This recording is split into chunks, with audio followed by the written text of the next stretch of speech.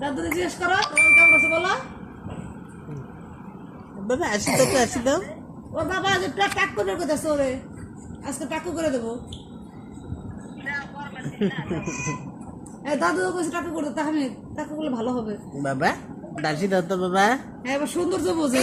বমি করে দিছে মুছে দাও। তোমার বলে টাকু বের করে দিব। ছবি তুলো ভিডিও করতে গরম ঠান্ডা ভালো মিটি মিটি করে আসি দাও তো বাবা।